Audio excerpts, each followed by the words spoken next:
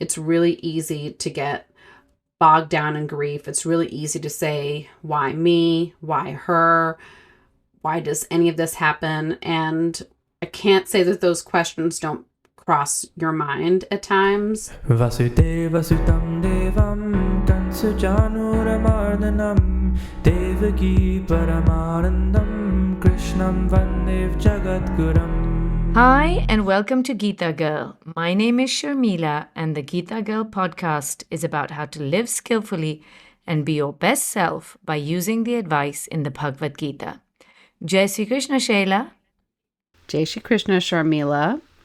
We know that we have been on hiatus for a while. The reason why is the theme of this season 7.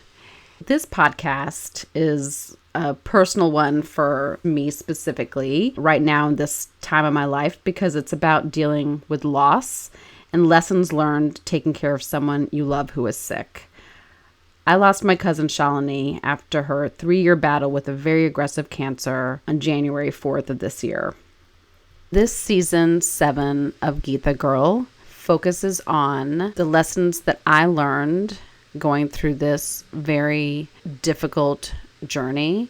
It is how the Gita helped me work through what is and was probably the most difficult time of my life, and how I'm continuing to use the lessons of the Gita to deal with the grief after loss. This season we'll be focusing on how we can all use lessons of the Gita to deal with very difficult times, particularly times when we are caring for somebody who we love who is very ill, and also how we deal with the grief of losing someone that we care about. Before we begin, both Sharmila and I just want to take a moment to recognize that this is a difficult topic. So we encourage you, take care of yourself and come back to this episode if you're not quite ready for a topic dealing with loss yet. Maybe that will be in a month, maybe it will be in a year, or maybe not ever, and that's okay. And just to be clear, I'm processing all of this in real time, and that will be very evident in our podcast. But just to give a little bit of background about my cousin Shalini, like every person who has lost someone to cancer, you don't want them to be defined by their diagnosis. And Shalini was much, much more than hers. Shalini was and is my cousin, my friend, and my mentor. We both grew up in Tennessee, our mom's sisters, the youngest 2 of 7 children, and the only ones who immigrated to this country. Because of that, we spent a lot of time growing up together.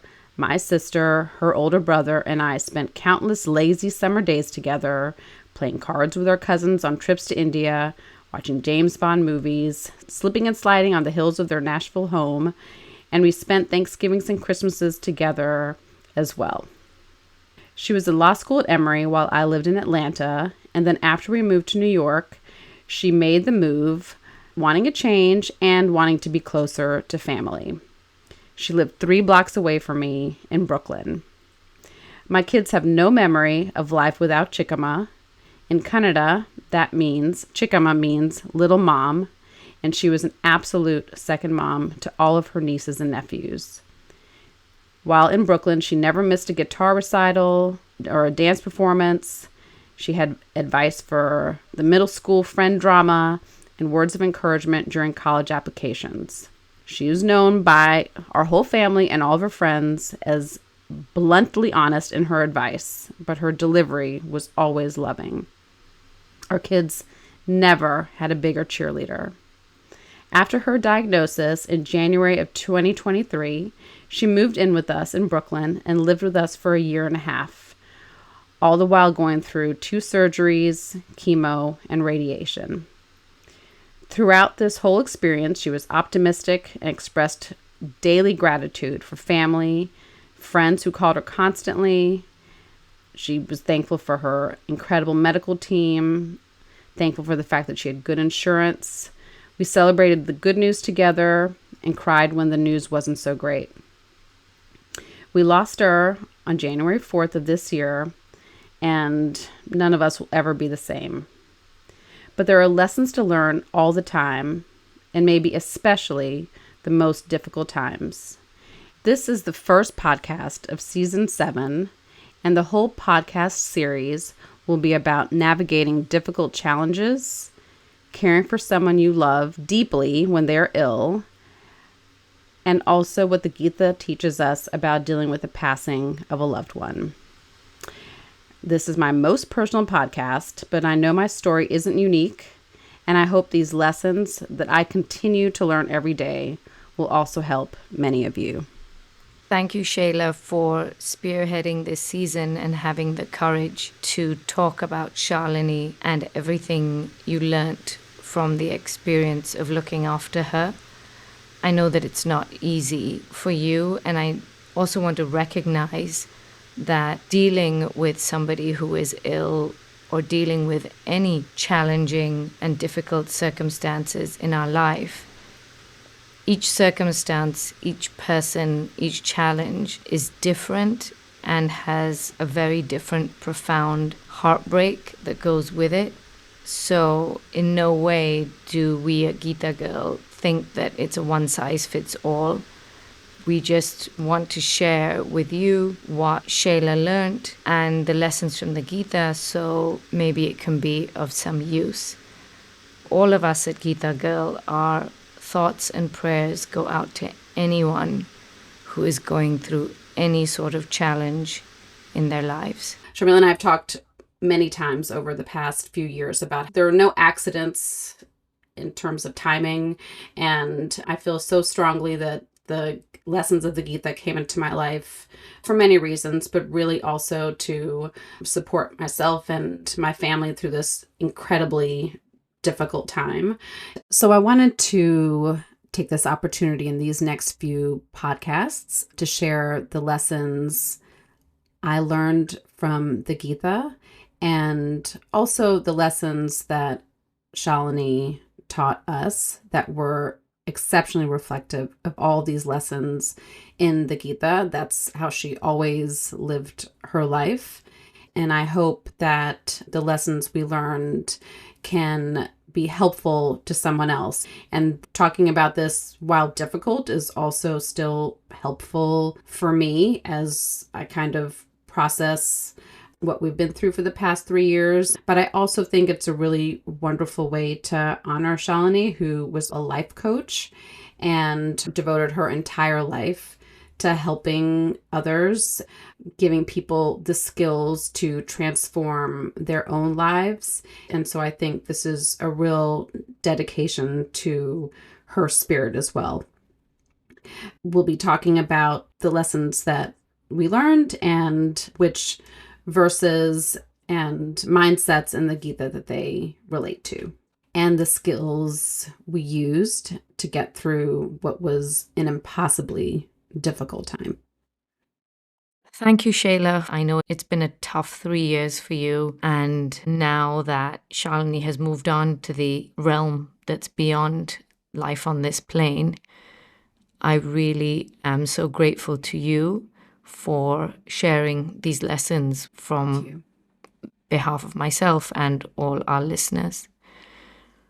The main theme in the Geeta, what Krishna tells Arjun, is you have no choice but to face the challenges you're given in this lifetime. You can't run away or avoid the battle you have to fight, and that's just a fact. But the question is, how are you going to face this battle in the optimal way, with optimal resilience, optimal strength, also embodying the best version of yourself through the battle? That's all you can do. So that's what the Geeta gives us. We have no choice. We have to go through it. This is life. Embodying the best version of yourself through the battle is better for you, better for everyone around you, And even through this process, enabling yourself to evolve and grow creates a better present for yourself and everybody else, and creates a better destiny for the future once you're through it. And that includes, I really firmly believe, Shalini, wherever she is now. This is what the Bhagavad Gita teaches us. And thank you again for sharing what was, I know, a very, very painful. Yet, as I saw you through the 3 years, I was also awed by your strength and your positivity and the moments of joy through it. It was remarkable to me. Thank you so much for saying that. That means a lot to me. And I think that's true. Even in the past 3 years, there were a lot of moments of joy and laughter with Shalini. And first, I really loved what you said about Krishna saying that you have to fight this battle. One of the things that all of us know is that nobody is escaping difficult times. Nobody is escaping challenges. And some difficult times are much more profoundly difficult than others, for sure. But there are lessons to be learned in all of it. And even though those experiences we know are inevitable, as the Gita so beautifully states, it's how we navigate them that will help us not only get through them, but also learn from them and grow and evolve from them. It's just such an important perspective and lens from which to see this, because it's really easy to do the opposite. It's really easy to get bogged down in grief. It's really easy to say, why me? Why her? Why does any of this happen? And I can't say that those questions don't cross your mind at times, but I also, at least for me, it just wasn't fruitful thoughts to have. And it really just took away from, it took away from kind of not positively dealing with the situation. With full strength, right? Like, yeah, it distracted. It was a waste of energy because there were no answers. That's right. Yeah, you never get any answers to those questions. You don't get answers to why me, to why her. There's not an answer to that question, at least not one that I know of. And it just ends up being a spiral. And I think for me, I really had to make a very conscious decision to say, I'm going to really focus on the lessons that I've learned in the Gita and a daily reminder of what that meant. I want to just add some verses here. Please. Okay. In chapter 2, verses 31 and 32 of the Gita, and this is in the beginning of the Gita when Arjun is asking Krishna the same sorts of questions. Why me? This sucks. I don't want to do this. I don't deserve this. I'm depressed. I don't have the strength to do this. Krishna advises Arjun on a mindset shift. He says to him, look at your duty and don't waver. And look at it, he says, there's no greater good for yourself, for anyone at this moment, than facing the battle in the optimal way. This is where you are now. This is where creation has decided that is the best place for you to be for your growth. So these questions you're asking, Lord Krishna tells Arjun, they go nowhere. They're not questions that can ever have any answer or give you any solace because there is no answer.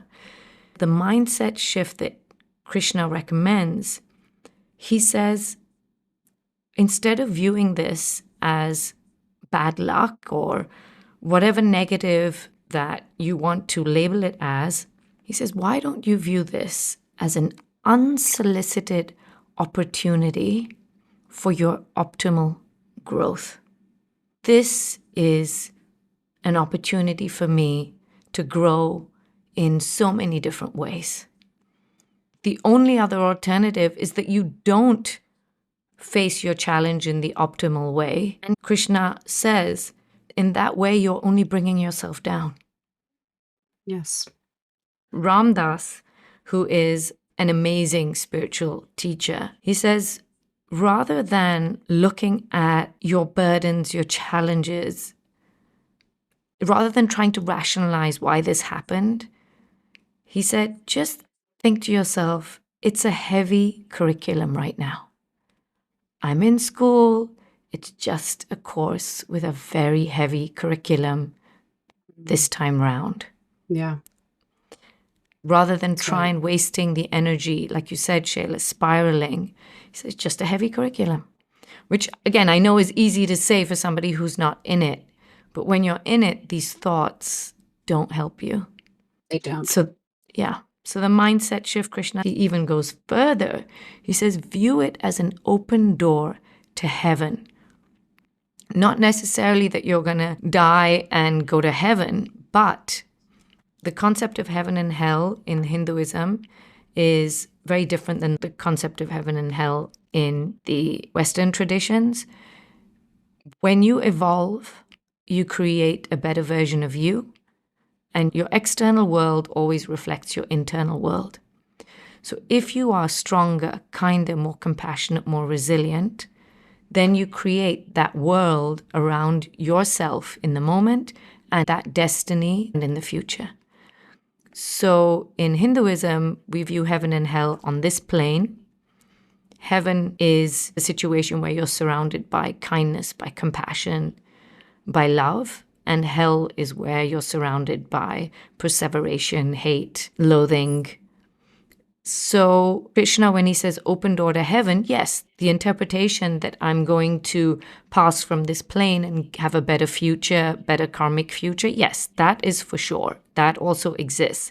But another interpretation is I am also creating a more heavenly existence, a more divine spiritual existence within myself.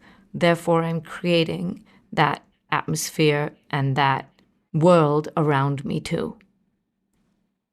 Yeah, that's the energy that you want to keep around you. And it's very difficult. Yeah. I really Yeah. like what a particular word you said, and you said that it's an unsolicited challenge. I love that word, unsolicited, because it's true. There are many things that we did not ask for, that we did not plan for, that happened to us. Some good, but also these sharp left and right turns that feel really heavy. And while they are not asked for, and while we don't know the reason why we're faced with those challenges, we still have to use the lessons that we learned in the Gita to get through them and to help us reflect on them and to help us grow from them. For me, the lesson that always resonates the most, no matter what for me, is do your best and leave the rest. And I think in this circumstance, dealing with somebody who is sick and who has cancer or lots of other illnesses, is really that understanding that so much is out of your control. So much. You don't know how that person will react to treatments. You don't know what the trajectory of that disease is going to be. And those are things that, as much as we would like to control it, as much as we would like to think that modern medicine can impact those, sometimes they do and sometimes it doesn't. But either way, it is not within what you're capable of controlling for the most part. So for me, really learning to let go of that and really thinking, what is something that is in my control? What is something that I can do?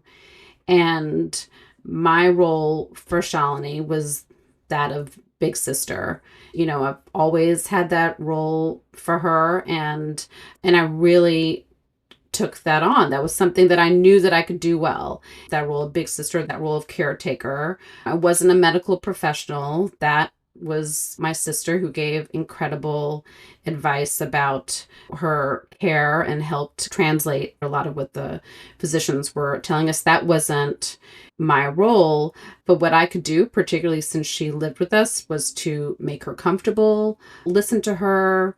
Sunil and I helped take on projects and burdens that she just didn't have the time to deal with, and also make sure that she didn't feel like a sick person. As you mentioned before, you saw us having moments of joy, and that was very intentional. I think living here and being around the kids was a lot easier. Reva's friends came in and out, and listening to their conversation, listening to all their adventures was really great for all of us.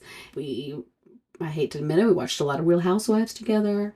We got drinks at our favorite wine bar. Fantastic. Great.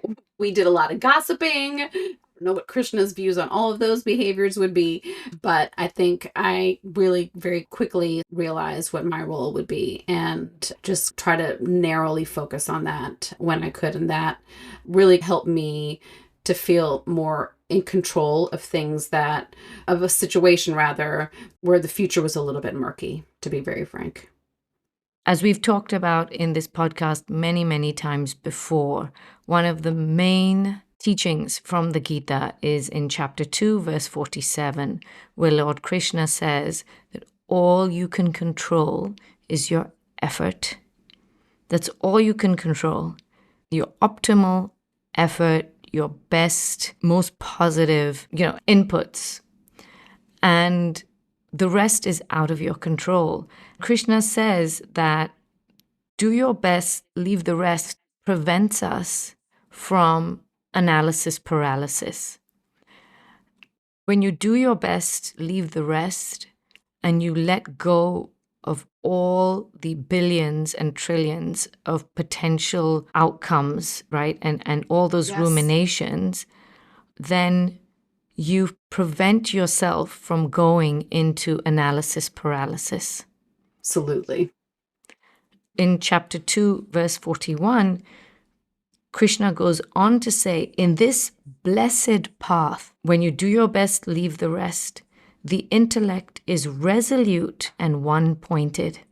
Whereas if you are focusing on all the things out of your control and all the desires that you have that may or may not come to fruition, he says, then one's intellect is scattered in many directions and endlessly diverse. So what it sounds like to me, Shayla, is that you focused on your role, and I saw how you did it to perfection. When you talked about her, it was with joy. It was just positive. And I was just inspired by you that you were able to keep your emotions in check, which I just don't know how you did it, but you did it. I mean, can you tell us more about that? You can't say that I didn't have breakdowns, and I appreciate your saying that you felt that I did it perfectly. I certainly didn't. I definitely tripped, but what I give myself credit for was just being very intentional and saying, this is how I want to do things, and trying my best at it. Did I spiral? Absolutely. Was I up at nights thinking about the what if and thinking of all the negative things that could happen? Absolutely. But I just tried to, as much as possible, not do that. I think it's hard in these situations not to feel a lot of anxiety. And I can't say that I didn't. I definitely did have anxiety. But I also have to give a lot of credit to Shalini, who was incredibly positive and never, for one second that she at least expressed to me, thought that things weren't going to go well. And I think also having kids there, you have to be positive. That also forces you to be as positive as possible. We were realistic with the kids too. We were very open and transparent about what Shalini was going through. Couldn't lay on the bed and cry for hours when you have people around you that rely on you as much as you would want to, including her. And I really took my lead from her. That's really the truth. Because she was positive, it really encouraged me to be so too. And I think also when we're talking about do your best, leave the rest, I shared what I did, but I also want to say that she had friends who sent her funny pictures every week of their dog and them. And she had friends who sent her care packages and people who called her and family from India that were very consistent about calling and talking about the latest stories that were happening in India among our family and kind of things that Shali loved. And so I say that I share that because I think the role here for all of us when we're going through a really difficult time, and particularly when someone you care about is dealing with an illness or they're going through something very difficult, is to just think, what is my role in their life and what can I do best here? Am I a very close friend? Then what can I do even if I'm not close by? Is that just calling them once every few weeks and checking in? Is that sending them funny memes? Is that forwarding them ridiculous Instagram stories? Is it just calling and being a good friend and just listening to them? Is it crying together? You have to figure out what that is for you and what doing your best looks like and do it. Dharma. What is your dharma? Dharma. That's right. What is my dharma? That's right. And that's individual to me, and just do it. That's I love right. that. Yeah. Yeah. So one of the other lessons that I learned from Shalini that's also reflected in the Gita is the lesson of gratitude.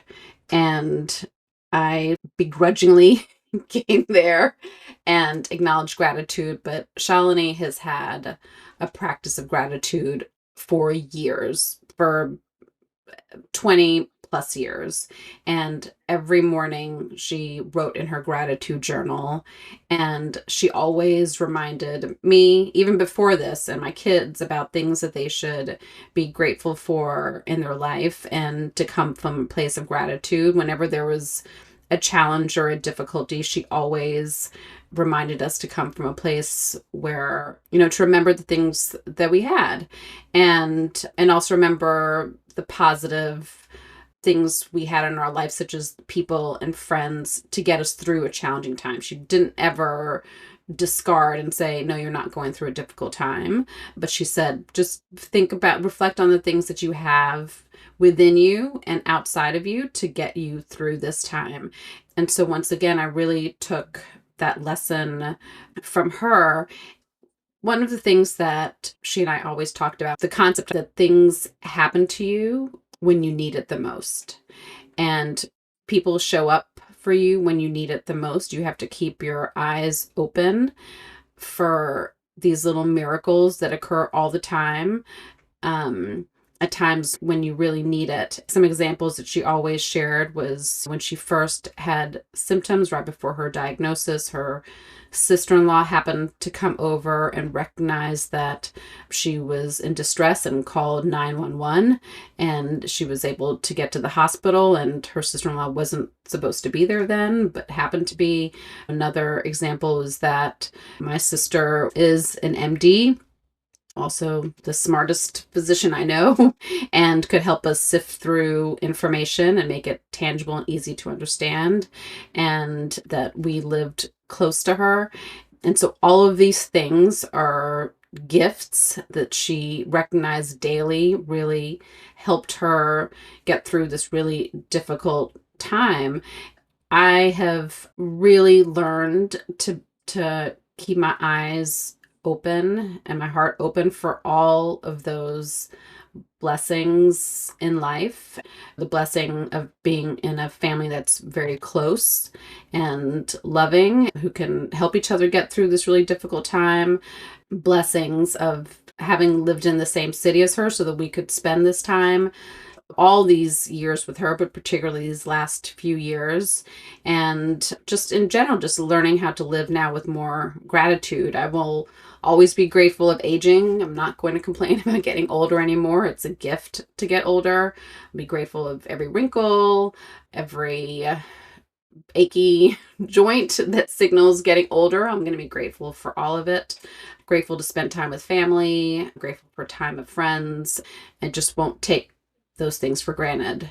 And for all of us, I think whenever a tragedy happens in life, we're always very quickly reminded, oh my gosh, I need to like call somebody and tell them that I love them and spend more time with friends and not waste time doing things that I don't want to do. But I think sometimes we forget in the week or two after something happening, we remember all those things and then just go back to the way we were living before. But I really challenge all of us to keep a gratitude journal if you haven't already. Spend some time in the morning thinking of 3 things that you're grateful for. That's not just the food that you eat and the roof over your head, but something that's a little bit deeper. Push yourself to do that. I'm trying to do that as well. I'm trying to encourage my kids to do that as well.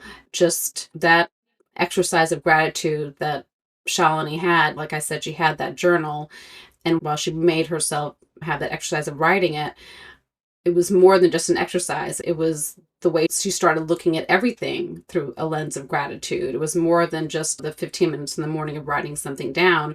She looked at her whole life that way, and I think that that's true for all of us. If we get into the practice of expressing gratitude, it just becomes the lens of which we see the whole world around us. And I think we'll be really grateful for that when we're in difficult times, when it's really very hard to dig deep and find things that you're grateful for. In chapter 4, verse 22 of the Gita, Lord Krishna says that gratitude, focusing on the awareness and appreciation and gratitude for everything you have, which you got unsought. Yes. Unsought. Things you did not even know you needed or would need at that time, but here they are in your lap. And Shayla, as you said, the fact that she lived so close to you, the fact that your sister is an MD and could decipher all this very complex information, the fact that you have a good relationship and that you have spouse who is welcoming of your cousin to come and stay. That's huge, right? True. And you have a household that welcomes somebody who needs a lot of time and attention. That's not a common thing, right? It's something to be really appreciated. So Lord Krishna says that awareness, appreciation, gratitude for what you have protects us from that negative spiral of comparison, perseveration, anger, discontent, despair. There's gratitude, like you said, for the food that you eat and the roof over your head, which is incredible. But then there's a different layer of profound gratitude of the things you have unsought. Let's talk about the food you eat. Okay, you went out, you earned the money, you went to the grocery, you bought the food, you put in the effort to make the food, and you're eating it. But what about all the things that you have got unsought? What about the worker who plants the food? What about the rain and the weather patterns that enable the seeds to grow? What about the roads? Who made those? And the trucks and the lorries that it took for that food to get to the grocery? And what about the fact that there's a grocery within driving distance that you can actually go and get fresh food? And then what about somebody who invented running water in your home that you can clean your groceries? And what about the fact that we have clean water in this country, which is huge, which we're not going to get waterborne illnesses by washing the food and eating it? I mean, there's so much when you talk about gratitude. And the things unsought, the layers, the deeper and deeper layers of things that you have got, the miracles, and Shayla, as you said, the blessings of things that just fell into your lap when they needed to, really protects us from the despair of when things, as Ram Dass says, when it is a heavy curriculum, when it is a heavy time. And Krishna Das, who is a close friend, I believe, of Ram Dass, always says, practice when you can. You're going to need it when you can't. Absolutely. And you know that I always say this to you, that this is one of the things that you have shared, these teachings that you have shared that I think about so frequently, because it's really true. It's like any kind of stamina building activity or muscle building activity. You're not going to run that marathon on your first day. You need to prepare for things. And that's exactly what this is. You practice gratitude at a time when it feels easy to do, because when things become so difficult and very hard, if you already have that kind of mindset, it'll automatically change the way you perceive those things. It's such a gift that you'll give to yourself if you can take the time to do that. In that same verse, chapter 4, verse 22, Lord Krishna says, the person who practices gratitude and the awareness, appreciation with whatever is got unsought, he said that person is far more likely to transcend the inevitable pairs of opposites in life. We talked about at the beginning of this episode that life has challenges. There's nobody in this world who is free of challenges. So in Hinduism, we call that dualities. In life, there's dualities. Where there is birth, there must be death. Where there is joy, there will be sadness. Where there is pleasure, there must be pain. Where there's spring, there must be winter. Right? That's right. And where there's inhale, there must be exhale. Without being able to exhale and withstand exhaling, you can't live your life just inhaling. You'll die. Right.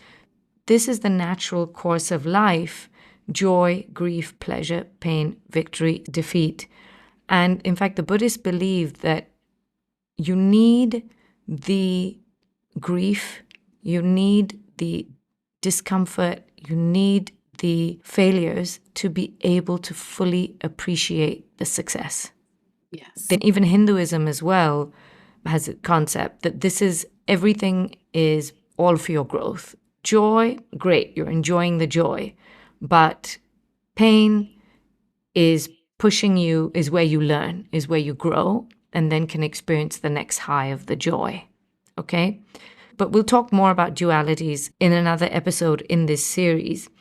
But Lord Krishna says in chapter 4, verse 22, the person who practices the appreciation and the observation and the awareness for all the blessings you're being surrounded with all the time is able to transcend, rise above the inevitable pairs of opposites in life, and is much more equipped to deal with it. Think of how powerful that is, what you just said. All of us, as you mentioned, are going to experience these ups and downs, but you have a strategy to be able to withstand those. And those are in the lessons in this book, gratitude being chief among them. So we're going to talk a lot more about skills and strategies and lessons from the Gita to deal with the inevitable dualities, the ups and downs, the birth and death of life. And Shayla, again, a huge thank you to you for spearheading this season and sharing with us your experiences. And to summarize, the strategies from this episode was: number 1, do your best and leave the rest.